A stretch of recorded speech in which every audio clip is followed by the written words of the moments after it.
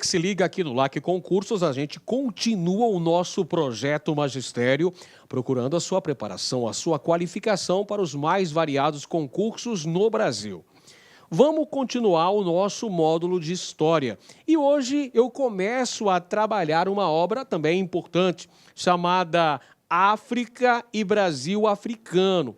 Você sabe muito bem que desde a promulgação da Lei 10.639, que tornou-se obrigatório o ensino de história e cultura afro-brasileira em todas as escolas do nosso país.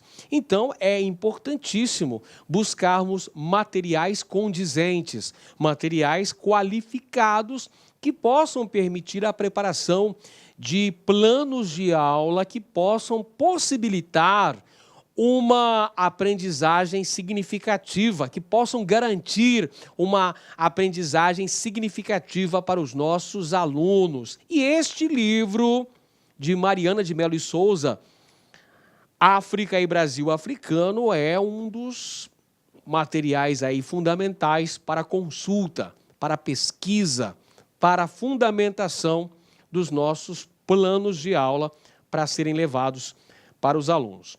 E aí, nesse livro, a gente trata de uma série de fatores, de uma série de aspectos relativos à história e à cultura da África e dos afro-brasileiros também. Por exemplo, temos no livro o trato deste assunto, portugueses na África. Os portugueses estão no continente africano desde o início do processo de expansão ultramarina. Nós já vimos aqui em aulas anteriores que a expansão ultramarina, ou seja, processo de conquista e ocupação, o conhecimento de territórios banhados pelo Oceano Atlântico, teve os portugueses como grandes protagonistas. Os portugueses foram pioneiros no processo das grandes navegações. E eles chegaram na África ainda no começo do século XV, quando em 1415 conquistaram a cidade de Ceuta, localizada no norte da África. Conquistaram Ceuta, então esse aqui é o início, é o marco para o processo de expansão marítima lusitana.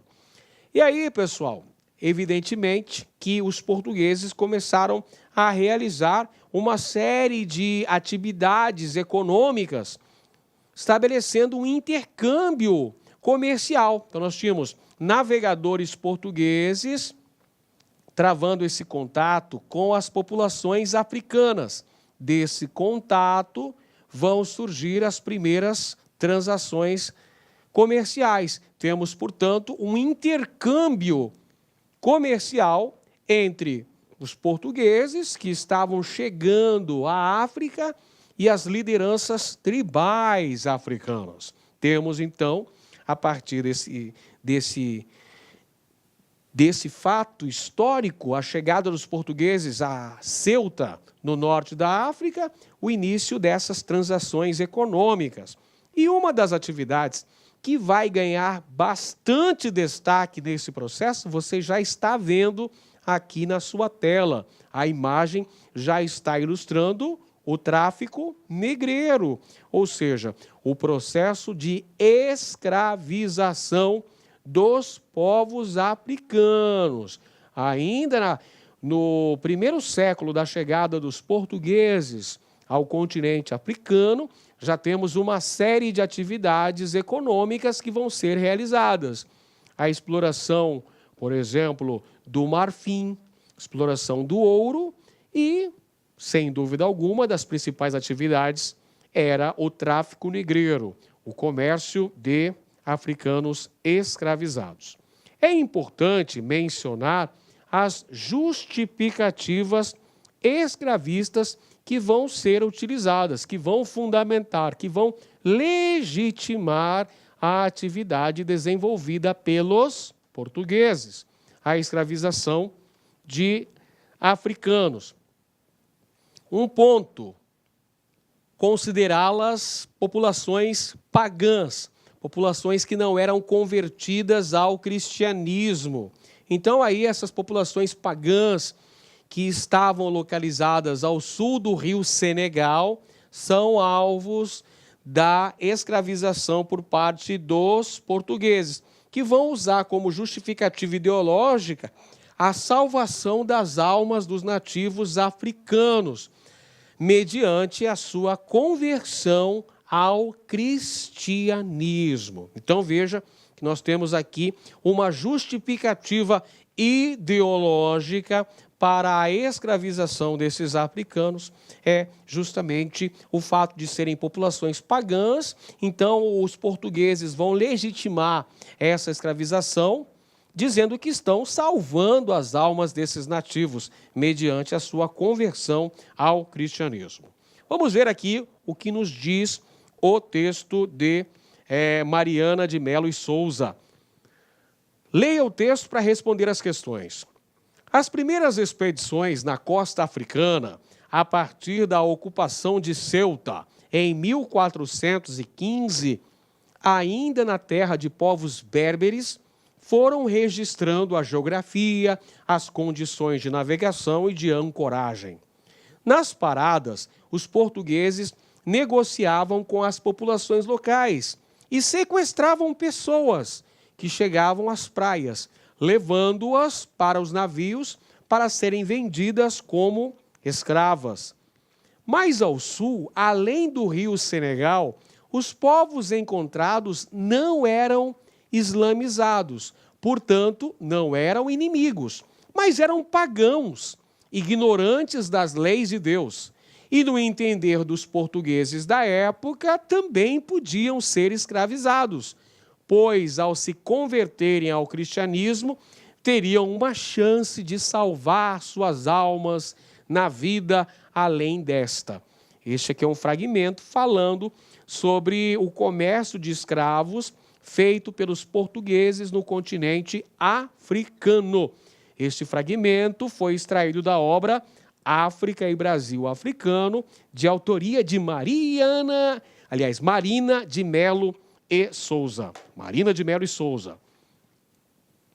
Tal ato era justificado pelo fato desses povos serem infiéis, seguidores das leis de Maomé, considerados inimigos e, portanto, podiam ser escravizados, pois acreditavam ser justo guerrear com eles. Vamos lá. Primeira questão.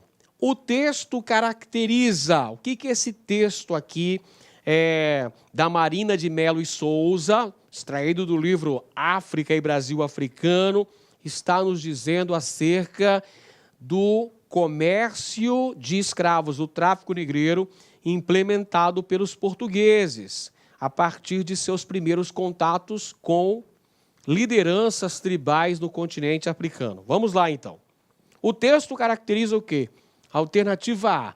O mercado atlântico de africanos escravizados em seu período de maior intensidade e o controle do tráfico pelas companhias de comércio? Não foi isso que tratou. O texto está falando da chegada dos portugueses. O texto é até datado. A conquista de Ceuta, 1415, o marco inicial da expansão ultramarina portuguesa. Então, não é o período de maior importância do tráfico negreiro. Alternativa B. O avanço gradual da presença europeia na África e a conformação de um modelo de exploração da natureza e do trabalho. Verdade, o texto está falando sobre o avanço, a chegada dos europeus ao continente africano, o estabelecimento das primeiras feitorias, o intercâmbio comercial entre navegadores e lideranças tribais africanas, o comércio do tráfico negreiro que vai gradativamente ganhando importância e vai se tornar um mecanismo fundamental de acumulação primitiva de capitais. Alternativa correta, então, letra B de bola.